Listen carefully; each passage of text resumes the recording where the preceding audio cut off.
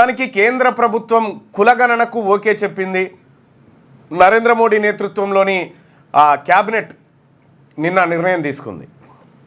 ఈ దేశవ్యాప్తంగా ఉన్నటువంటి ప్రజలను సెన్సస్తో పాటు వాళ్ళ కులాలను కూడా లెక్కించడం కోసం నిర్ణయం చేసింది. ఈ సందర్భంగా నరేంద్ర మోడీ ప్రభుత్వానికి అలాగే కులగణన చేయాలని చెప్పి సుదీర్ఘకాలం పాటు అంటే దాదాపు 2-3 ఏళ్ల నుంచి అదే పనిగా ప్రభుత్వం ముందు ప్రతిపాదనలు పెడుతూ ప్రజలందరికీ వివరిస్తున్నటువంటి రాహుల్ గాంధీ గారికి ఇదే విషయాన్ని గతంలో ఆర్జేడీ నేత తేజస్వి యాదవ్ కానీ అలాగే సమాజ్వాదీ కానీ డిఎంకే కానీ వీళ్ళందరూ కూడా కులగణన చేయాలి ఈ దేశంలో అనేటువంటి డిమాండ్ను చాలా కాలం నుంచి చేస్తూ ఉన్నారు. సో ఇప్పుడు కేంద్ర క్యాబినెట్ ఈ నిర్ణయం తీసుకుంది. అయితే క్యాబినెట్ కూర్చున్నటువంటి సందర్భంలో మీడియా వీళ్ళందరూ కూడా ఇక పాకిస్తాన్ మీద యుద్ధం కోసం వీళ్ళంతా తీవ్రంగా ఇది కాదు, మోహన్ భగవత్ గారిని పిలిచి దీనిపైన అభిప్రాయాన్ని తీసుకున్న తర్వాత క్యాబినెట్లో చర్చకు పెట్టి కులగణనకు ఓకే చేసింది కేంద్ర ప్రభుత్వం. 94 సంవత్సరాల తర్వాత 1931లో జరిగినటువంటి కులగణన తర్వాత 94 సంవత్సరాలు అంటే స్వాతంత్రం వచ్చిన తర్వాత మొట్టమొదటిసారిగా ఈ దేశంలో కులగణన జరగబోతా ఉంది. అంటే 2011లో కూడా అప్పుడున్నటువంటి UPA government socio economic caste survey చేసింది, కానీ ఆ లెక్కల్ని మాత్రం బయట పెట్టలేదు. ఆ తర్వాత భారతీయ జనతా పార్టీ మొదట్లో కొంత వ్యతిరేకించింది.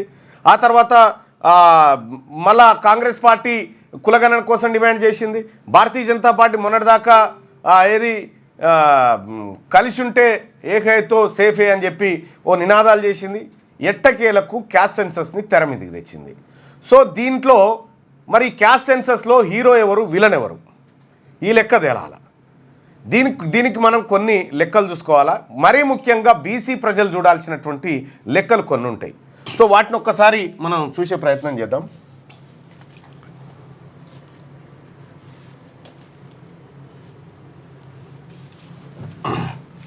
ఇక్కడ 1931 తర్వాత క్యాస్ట్ సెన్సస్ ఎందుకు ఆగిపోయింది, కారణం ఎవరు, ఏ రకంగా క్యాస్ట్ సెన్సస్ని తర్వాత బీసీల రిజర్వేషన్ని అడ్డుతలిగిరు అనేది 1-2 విషయాలు క్లియర్గా మనకు క్లారిటీ ఉండాలి. అంటే ఇప్పుడు మేము క్యాస్ట్ సెన్సస్ చేస్తున్నాం కాబట్టి బీసీ ప్రజలారా మీరందరూ మాకే ఓట్లు వేయాలని భారతీయ జనతా పార్టీ అన్న, ఈ డిమాండ్ను మేమే లైమ్ లైట్లో పెట్టినాం కాబట్టి మాకే ఓట్లు వేయాలని చెప్పి కాంగ్రెస్ చెప్పినా, లేదు అని అంటే బీసీలకు రిజర్వేషన్ పెంచాలని మా కూతురు కవిత గారు చెప్తా ఉన్నారు కాబట్టి మాకే ఓట్లు వేయాలని పొరపాటును వీళ్ళు వస్తారు. రేపు పొద్దుగాలు వచ్చేటువంటి అంశాలకు ఇవే. సో ఇక్కడ 1931లో జరిగింది కులగణన, బ్రిటిష్ వాళ్ళ కాలంలో కులగణన జరిగింది. అయితే 1931లో కులగణన జరిగింది, 1941లో కూడా జరిగింది. 41లో కూడా కులగణన జరిగింది. అయితే 1941లో జరిగినటువంటి కులగణన వరల్డ్ వార్ సందర్భంగా ఆగిపోయింది. వరల్డ్ వార్ కారణంగా ఈ డేటా బయటికి రాలేదు, సమగ్రంగా కులగణన నిర్వహించలేదు. ఇక ఆ తర్వాత మనకు 1947లో స్వతంత్రం వచ్చిన తర్వాత 1951లో సెన్సస్ జరగాల. ప్రతి 10 సంవత్సరాలకి సెన్సస్ జరగాలి.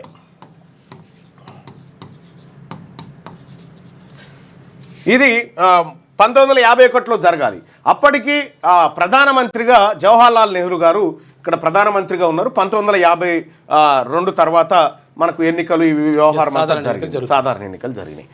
సో ఇక్కడ క్యాస్ట్ సెన్సస్ చేయాల్సినటువంటి సందర్భంలో అప్పుడున్నటువంటి పండిత్ జవహర్లాల్ నెహ్రూ గారు ఏం చెప్పిండంటే, ఇప్పుడు దేశానికి స్వతంత్రం రాక మునుపు చేసిరు క్యాస్ట్ సెన్సస్, కానీ స్వాతంత్రం వచ్చిన తర్వాత మనం జాతీయత అనేటువంటి పదాన్ని జాతీయత అంటే మనం అంతా ఒకే జాతి వాళ్ళము, ఇందులో ఇక కులాలు మతాలు భేదాలు లేవు అనేటువంటి భావనతో ఆ రోజు నుంచి పండిత్ జవహర్లాల్ నెహ్రూ గారి ప్రభుత్వం నుంచి క్యాస్ట్ సెన్సస్ను ఆపేసారు. అంటే మనకు ఒరిజినల్గా క్యాస్ట్ సెన్సస్ లెక్కలు ఏమున్నాయి అంటే 1931 లెక్కలు మాత్రమే ఉన్నాయి. దానికి సంబంధించినటువంటి క్యాస్ట్ సెన్సస్ 1931కి సంబంధించిన క్యాస్ట్ సెన్సస్ లెక్కలు కావాలంటారు. నేను అది లింక్ పెట్టిన అయిపో. సో ఇది ఏది క్యాస్ట్ సెన్సస్ సంబంధించినటువంటి 1951 దాకా వచ్చింది. ఆ తర్వాత తెలంగాణ దేశం మొత్తం మీద బీసీలకు సంబంధించినటువంటి అంశం తెర మీదకి వచ్చింది. కారణం ఏంటంటే 1952 నుంచి ఎస్సీ ఎస్టీలకు రిజర్వేషన్లు అమలైనవి. ఎస్సీ ఎస్టీలకు రిజర్వేషన్లు అమలైనవి. అయితే ఇక్కడ ఎస్సీ ఎస్టీలకు రిజర్వేషన్లు అమలయ్యే సమయంలో ఏంటంటే భారతదేశంలో సెన్సస్ జరిగినప్పుడల్లా ఎస్సీ ఎస్టీలను మాత్రమే లెక్కబెట్టిరు, ఆ తర్వాత రిలీజియన్లను లెక్కబెట్టిరు. వాళ్ళ జనాభా దామాష ప్రకారం వాళ్ళకు సీట్లు ఇవ్వాలి కాబట్టి. ఎస్, వాళ్ళకు ఎందుకంటే రాజ్యాంగంలో వాళ్ళ జనాభా ఎస్సీలకు సంబంధించినటువంటి రాజకీయ రిజర్వేషన్లు ఇవ్వాలి, ఉద్యోగ విద్యా రిజర్వేషన్లు ఇవ్వాలి, ఎస్టీలకు కూడా అవి ఇవ్వాలి. కాబట్టి ఇవి అనివార్యంగా లెక్కబెట్టారు. సో బీసీలకు ఎలాంటి రిజర్వేషన్ లేదు కాబట్టి లెక్కబెట్టలేదు. సో ఇక్కడ నెహ్రూ ప్రభుత్వం కనుక అప్పుడే కనుక ఈ బీసీ సెన్సస్ చేసి ఉంటే ఇవాళ బీసీల పరిస్థితి ఏది జీవితాల్లో కొంత మార్పు జరిగేది. కానీ ఆ ప్రయత్నం అక్కడ స్టాప్ అయింది. అక్కడ స్టాప్ అయిన తర్వాత కాకా కలేకర్ కమిషన్, ఆ తర్వాత ఇంకా కొన్ని కమిషన్లు వేసుకుంటూ వచ్చారు. ఏ కమిషన్లు వేసినా ఆ కమిషన్ రిపోర్ట్లన్నిటినీ అప్పుడున్నటువంటి కాంగ్రెస్ పార్టీ తొక్కిపెట్టింది. ఆ కమిషన్ రిపోర్ట్లను ఏవి కూడా ఇంప్లిమెంట్ చేయలే. ఇంప్లిమెంట్ చేయకపోతే తర్వాత ఏది ఇందిరాగాంధీ ప్రభుత్వం పోయిన తర్వాత జనతా పార్టీ వచ్చిన తర్వాత మండల్ కమిషన్ తీసుకొచ్చింది. ఈ Mandal commission BP Mandal, Brindeshwar Prasad Mandal, BP Mandal నేతృత్వంలో జరిగింది. ఈయన బీహార్కు మాజీ ముఖ్యమంత్రి, బీహార్ మాజీ ముఖ్యమంత్రి. ఈయన మనమడే ఒకరోజు మన స్టూడియోలో ఇక్కడికి వచ్చినటువంటి సూరజ్ మండల్. అయితే ఈ బీపీ మండల్ గారు ఏం చేశారంటే బీసీలకు రిజర్వేషన్ ఇవ్వాలని జనతా సర్కార్ నియమించినటువంటి ఏది ఈ కమిషన్ ద్వారా ఆయన 27% రిజర్వేషన్ బీసీలకు ఇవ్వాలి అనేటువంటి ప్రతిపాదన చేసిండు. చేస్తే దీన్ని అప్పుడు ఈ జనతా సర్కార్కి సంబంధించి భారతీయ జనతా పార్టీ సపోర్టు దానికి ఉండే. బీజేపీ ఏం చేసిందంటే ఇప్పుడు మండల్ కమిషన్ ఏమో దేశవ్యాప్తంగా తిరుగుతుంటే ఈ మండల్ కమిషన్ దేశవ్యాప్తంగా తిరగనీయొద్దని అద్వానీ ఆధ్వర్యంలో కమండల్ యాత్ర అని పెట్టిరు. కమండల్ యాత్ర బీసీలకు కావాల్సింది రిజర్వేషన్లు కాదు, రామ మందిరం కావాలని తిరిగిరు వీళ్ళు. రథయాత్ర చేసిరు. రథయాత్ర చేసి బీపీ మండల్ కమిషన్ ఏదైతే ఉందో దాన్ని పక్కదారి పట్టించడానికి విశ్వ ప్రయత్నాలు చేసింది భారతీయ జనతా పార్టీ. సో ఇట్లా వీరు చేసిన తర్వాత వీపీ సింగ్ సర్కార్ వచ్చి పోయినా సరే కూలిపోయినా సరే ప్రభుత్వం కానీ బీసీలకు రిజర్వేషన్లు అమలు చేస్తా అని 27% రిజర్వేషన్లు నుంచి 1992 వరకు ఈ మధ్యకాలంలో అమలు చేసింది. ఇక్కడ ఓకే చేసిన తర్వాత ఏం చేసిందంటే వీళ్ళంతా మళ్ళీ ఈ కమండల్ బ్యాచ్ అంతా సుప్రీంకోర్టుకు పోయారు. సుప్రీంకోర్టుకు పోయి పిటిషన్లు వేసి బీసీలకు రిజర్వేషన్లు ఇస్తా అంటే మొత్తం అగ్గిగుండం చేస్తామని అన్నారు. సుప్రీంకోర్టు ఏం చేసింది? సుప్రీంకోర్టు లే మేము చెప్పేదాకా ఇది ఇంప్లిమెంట్ చేయొద్దని 2 ఏళ్ళు ఆపింది సుప్రీంకోర్టు. 2 ఏళ్ళు 27% రిజర్వేషన్ బీసీలకు ఆపిన తర్వాత అనివార్యంగా ఇక 50% స్త్రీలింగ్ దాటుతలేదు కాబట్టి అని చెప్పి 27% రిజర్వేషన్ బీసీలకు ఇచ్చారు. ఈ 27% రిజర్వేషన్ ఇస్తే 27% రిజర్వేషన్ కేంద్ర ప్రభుత్వ ఉద్యోగాలలో అమలైందంటే అమలు కాలే. 2022-23 ఇప్పటి వరకు బీసీలకు 27% రిజర్వేషన్ రాజ్యాంగపరంగా ఉంటే దాన్ని కేంద్ర ప్రభుత్వ ఉద్యోగాల్లో ఇప్పటి వరకు భర్తీ అయింది 22.5%. ఇంతే భర్తీ అయింది. ఇంతే గ్రూప్ ఏ ఉద్యోగాలలో కేవలం 18% మాత్రమే అమలైంది. అంటే ఉన్న రిజర్వేషన్ను కూడా ఇంప్లిమెంట్ చేయలేదు వీళ్ళు ఇప్పటి వరకు. అంటే ఈ పాలకులంతా ఇంప్లిమెంట్ చేయలేదు. ఇందులో భారతీయ జనతా పార్టీ పాత్ర, వాళ్ళు మొదటి నుంచి దీన్ని వ్యతిరేకించి మండల్కు కమండల్ తీసుకొచ్చారు. ఇక కాంగ్రెస్ పార్టీ నెహ్రూ హయాం నుంచి ఈ అంశాన్ని తొక్కిపెట్టి ఆఖరికి మొరార్జీ దేశాయ్ ప్రభుత్వం, ఆ తర్వాత వీపీ సింగ్ ప్రభుత్వం ఈ బీసీలకు రిజర్వేషన్ తీసుకొస్తే ఆ రిజర్వేషన్ను ఇంప్లిమెంట్ చేయడం కూడా నిర్లక్ష్యం చేసి ఇప్పటివరకు చేస్తూనే ఉన్నారు. మీరు ఐఏఎస్లది నిన్న మొన్న లిస్టు చూసారు కదా, ఐఏఎస్లు ఎంతమంది బీసీలు అయ్యారు, ఎంత పర్సెంటేజ్ అయిందని చెప్పి. వాస్తవానికి 27 కావాల్సి ఉంటే 15-16% అయినటువంటి పరిస్థితి. ఈ రకంగా బీసీలకు ఇటు భారతీయ జనతా పార్టీ ఇటు కాంగ్రెస్ పార్టీ తీవ్రమైనటువంటి అన్యాయం చేసినాయి.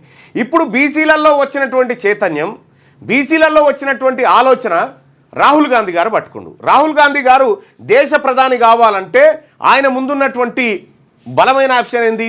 ఈ దేశంలో మెజారిటీ పక్షాలైనటువంటి బీసీల మనసు చూరగొనాలి.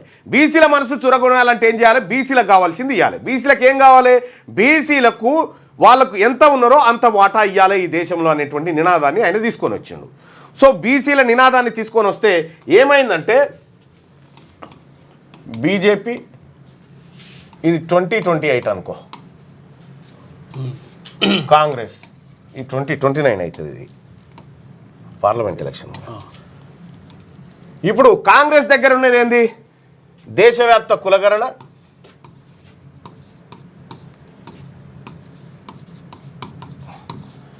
బీజేపీ వద్ద ఈ ఎలాంటి అస్త్రం రేపు 2029కి లేదు. ఈ అస్త్రం లేనట్టు, ఎందుకంటే రామ మందిరం కట్టుడు అయిపోయింది, 370 అయిపోయింది, ఇవన్నీ అయిపోయినాయి. ఇప్పుడు అస్త్రం లేదు కాబట్టి ఉన్నటువంటి అస్త్రం ఏంటంటే రాహుల్ గాంధీ గారి దగ్గర ఉన్నటువంటి ఈ అస్త్రాన్ని నిన్న క్యాబినెట్లో నిర్ణయం ద్వారా వీళ్ళు లాగేసుకురు. వీళ్ళకు వచ్చేసింది అది మార్కులు, క్యాబినెట్ నిర్ణయం ద్వారా మార్కులు వీళ్ళకి పడ్డాయి. ఇంకేమంటారంటే ఇంకొక ముందడుగేసి చట్టసభల్లో కూడా రిజర్వేషన్ తీసుకొని అమలు చేసేటువంటి ఆలోచన చేస్తా ఉన్నట్టుగా తెలుస్తా ఉంది. మంచిది. అయితే ఇప్పుడు రాహుల్ గాంధీ గారి దగ్గర ఈ ఆప్షన్ పోయింది. ఇప్పుడు ఏం చెప్తా ఉన్నారు? క్యాబినెట్ నిర్ణయం తర్వాత రాహుల్ గాంధీ గారు అందరూ కూడా మా నిర్ణయం వల్లనే ఇది జరిగింది అనేటువంటి మాట చెప్తా ఉన్నారు. ఎవరి నిర్ణయం వల్ల జరిగినా కూడా ఇది రాజకీయ అవకాశంగా ఇన్ని ఏళ్ల పాటు వాడుకున్నది మాత్రం ఈ రెండు పార్టీలే. ఈ రెండు పార్టీలు రాజకీయ అంశంగా, ఓటు బ్యాంక్గా ఈ అంశాలను వాడుకుంటూ వచ్చినాయి. ఎట్టకేలకు క్యాస్ట్ సెన్సస్ చేస్తాము అనేటువంటి మాట కేంద్ర క్యాబినెట్ చెప్పిన తర్వాత ఇప్పుడు రాహుల్ గాంధీ గారికి ఉన్నటువంటి అస్త్రం ఏంటంటే చట్టసభల్లో బీసీ రిజర్వేషన్ అమలు చేయాలి. ఓబీసీ రిజర్వేషన్ అమలు చేయాలి. ఇది పెడితే ఇంకా మళ్ళీ ఉంటుంది. రైట్. ఇది తీసుకొచ్చింది అనుకో, ఒకవేళ భారతీయ జనతా పార్టీ నేతృత్వంలోని ఎన్డీఏ ప్రభుత్వము ఇది కూడా అమలు చేసింది అనుకో, 2029 ఎన్నికలు ఈ అంశం చుట్టే తిరుగుతాయి అన్నట్టు. మాక్సిమం ఇక భారతీయ జనతా పార్టీకి ఎక్కువ అవకాశాలు ఉంటాయి నిజంగా. అట్లా చేస్తే ఈ అవకాశాలు ఇట్లా ఉంటాయి. మరి ఇప్పుడున్నటువంటి పరిస్థితుల్లో బీజేపీ ఈ దాదాపు స్వాతంత్రం వచ్చినప్పటి నుంచి, కాంగ్రెస్ స్వాతంత్రం రాకముందు నుంచి ఈ బీసీలకు అన్యాయం చేసింది. మరి ఇప్పుడు ఇవి చేయడం ద్వారా ఏం జరుగుతుంది అంటే, ఆల్రెడీ చేసిన దాన్నే వీళ్ళు సక్సెస్ఫుల్గా ఇంప్లిమెంట్ చేయలే. కాబట్టి ఇక్కడ బీసీలకు కావాల్సింది ఏంటంటే అధికారం బీసీల చేతుల్లోకి వచ్చినప్పుడు వాళ్ళ జీవితాల్లో మార్పు వస్తుంది. ఇప్పుడు మీకు రిజర్వేషన్ ఇస్తాం, అధికారం మా చేతిలో ఉంటుందంటే కూడా మోసమే. అధికారం కూడా బీసీల చేతుల్లోనే ఉండాలి. ఇక్కడ ఇంకోటి ఏం చేసిరంటే, బీసీలకు రిజర్వేషన్లు అంశం తెర మీదకి రాకముందుకు EWS quota 10%, EWS quota 10% reservation ఉన్న ఫలంగా తీసుకొచ్చారు. ఈ ఈడబ్ల్యూఎస్ కోటా తీసుకొస్తే దీనికి కాంగ్రెస్ పార్టీ కూడా ఓటేసింది. ఈడబ్ల్యూఎస్ కోటా వాళ్ళు కూడా వేసిపారేసారు. కానీ బీసీల రిజర్వేషన్కి వచ్చేసరికి మాత్రం నువ్వెంత, నేనెంత, నువ్వు ఇస్తావా, నేను ఇయ్యా, ఇటువంటి కార్యక్రమాలన్నీ చేశారు. ఇక్కడ నరేంద్ర మోడీ గారు ఈడబ్ల్యూఎస్ కోటా 10% 2019 103 అమెండ్మెంట్, ఏది కాన్స్టిట్యూషనల్ అమెండ్మెంట్ తోటి ఈ ఈడబ్ల్యూఎస్ తీసుకొచ్చిండు. దీనికి వీళ్ళందరూ ఓటేస్తే ఇక్కడ ఉన్నటువంటి కేసీఆర్ వాళ్ళు కూడా, టీఆర్ఎస్ పార్టీ వాళ్ళు కూడా ఈడబ్ల్యూఎస్ కోటాకు జై కొట్టిరు. దీనికి ఏ కమిషన్ లేదు, తర్వాత ఏం లేదు, కమిషన్ లేదు, చర్చ లేదు, ఏమీ లేదు. రాష్ట్రాల మీదకి వదిలేసిరు. రాష్ట్రాల మీదకి వదిలేస్తే ఇక్కడ తెలంగాణ రాష్ట్రంలో ఈడబ్ల్యూఎస్ కోటాకు సంబంధించి ఎంతమంది ఉంటారంటే 1 లేదా 1.5% మంది మాత్రమే ఈడబ్ల్యూఎస్ రిజర్వేషన్కి అర్హులు ఉన్న వాళ్ళు ఉంటారు. ఈ 1.5% మందికి 10% ఇక్కడ ఇంప్లిమెంట్ చేసినటువంటి మహానుభావుడు కేసీఆర్. ఈ 1.1% ఎందుకనంటే ఒకవేళ ఇప్పుడు 10% ఉన్నా కానీ దాంట్లో అగ్రవర్ణ పేదలు ఉంటేనే ఈ పర్సెంటేజ్ అది. అయితే ఎకనామికల్లీ వీకర్ సెక్షన్, ఈ ఎకనామికల్లీ వీకర్ సెక్షన్ అనేటువంటి, అంటే ఆర్థికంగా వెనుకబడినటువంటి వాళ్ళలో బీసీలు లేరట. మళ్ళీ బీసీలు ఇళ్ళకి రావద్దట, చట్టంలో చేసిరు. బీసీ ఎస్సీ ఎస్టీలు వెనకబడి తిండికి గతి లేక గుడిసెలో ఉన్నా కూడా ఇందులో ఇళ్ళకి రావద్దట. ఇగో ఇటువంటివి చేసి పెట్టిరు. వీటన్నిటికీ వీళ్ళందరూ చేయి కొట్టిరు. రెండో విషయం ఏంటంటే, బీసీలకు 33% రిజర్వేషన్ ఉండే, 33% లోకల్ బాడీస్లో ఉంటే దాన్ని కేసీఆర్ ఏం చేసిండంటే 23కు తెచ్చిండు ఈ పుణ్యాత్ముడు. అంటే వీళ్ళందరూ కలిసి బీసీల జీవితాలతోని ఫుట్బాల్ ఆడిరు వీళ్ళంతా. వీళ్ళు రేపు పొద్దుగాల మాదే అని వస్తారు కాబట్టి ముందే ఇవాళ బీజేపీ కానీ కాంగ్రెస్ కానీ కులగణన అంశాన్ని అప్కమింగ్ పొలిటికల్ ఇష్యూ కింద చూస్తూ ఉన్నాయి. అధికార మార్పిడి కోసం ఓ పెద్ద విషయాలను తెర మీదకి తెచ్చినాయి. కాబట్టి బీసీ ప్రజలారా వీళ్ళందరి కృతజ్ఞతలే, ఎస్ వీళ్ళందరి కృతజ్ఞతలే, వీళ్ళందరికీ మంచిదే అయ్యా, పరీక్షం పైన కౌగలించుకోవాల్సిందే. ఎందుకంటే బీసీలకు మంచి జరుగుతున్నప్పుడు బీసీల గురించి ఏది స్వాతంత్రం వచ్చిన 70-85 ఏళ్ళ తర్వాత బీసీల గురించి ఒక కార్యక్రమం పెట్టుకురు కాబట్టి మంచిది. ఓకే, అందరికీ నమస్కారం నాయన. మార్నింగ్ న్యూస్ తరఫున నరేంద్ర మోడీ గారికి, రాహుల్ గాంధీ గారికి, కేసీఆర్ గారికి, ఇంకెవరెవరైతే సహకరించిన అందరికీ కృతజ్ఞతలు, ధన్యవాదాలు. మనము బీసీల ముందున్నటువంటి అంశం ఏంటంటే ఈ కులగణన చేస్తావు. కులగణనలో తెలంగాణనే కాదు మొత్తం భారతదేశంలో 55 నుంచి 60% మంది బీసీల జనాభా వెళ్తుంది. మరి ఈ వెళ్ళినటువంటి బీసీల జనాభాకు సుప్రీంకోర్టు ఏం చేసింది? రిజర్వేషన్లు 50% దాటొద్దని చెప్పింది. స్లాబ్ 50% స్లాబ్ దాటకూడదు అనేటువంటి నిబంధన సుప్రీంకోర్టు విధించింది. సో రాజ్యాంగంలో కూడా లేదు. కానీ ఈడబ్ల్యూఎస్ కోటాతో 10% పెరిగింది, దానికి ఓకే ఏం కాదని చెప్పింది సుప్రీంకోర్టు. ఇట్లా పెరిగినట్టు కాదట, ఒక్క బీసీలకు మాత్రం ఇస్తేనే పెరిగినట్టు అవుతుంది. లెక్క. ఇక్కడ మనం గమనించాల్సింది ఏంటంటే ప్రజలారా, ఈ స్లాబ్ ఏదైతే ఉందో ఈ రిజర్వేషన్లు 50% మాత్రమే ఉండాలనేటువంటి నిబంధన సుప్రీంకోర్టు ఏదైతే చేసిందో ఈ నిబంధనను పార్లమెంట్లో కొట్టేయాలి. పార్లమెంట్లో బిల్లు పెట్టి ఈ నిబంధనను కొట్టేయాలి. అప్పుడు సుప్రీంకోర్టు కూడా ఏమీ చేయలేదు. రెండో విషయం ఏంటంటే సుప్రీంకోర్టు కూడా ఏం చేయలేదు. ఇంకొక విషయం ఏంటంటే మనకు రాజకీయాల్లో రిజర్వేషన్లు రావాలి. రాజకీయాల్లో బీసీలకు రిజర్వేషన్లు రావాలి. బీసీలకు రాజకీయాల్లో రిజర్వేషన్లు వస్తే అప్పుడు ఉద్యోగాల్లో కానీ ఇతరత్ర కానీ వాళ్ళ వర్గాలకు వాళ్ళు మంచి చేసుకోగలుగుతారు. ఇది కీలకమైంది. ఈ 2 అంశాలు జరగాలి. కులగణన చేయంగానే సరిపోదు, ఈ 2 అంశాలు కూడా ఇంప్లిమెంట్ కావాలి. ఈ 2 అంశాల విషయంలో ఈ పార్టీలు, ఈ నాయకుల స్టాండ్ ఏంటనేది మన బీసీలంతా అబ్జర్వ్ చేయాలి. క్యూ న్యూస్లో పనిచేయటకు వీడియో ఎడిటింగ్ మరియు SEOలో అనుభవం గల జూనియర్ ఎడిటర్స్ కావాలను సంప్రదించవలసిన నెంబర్ 8688926084.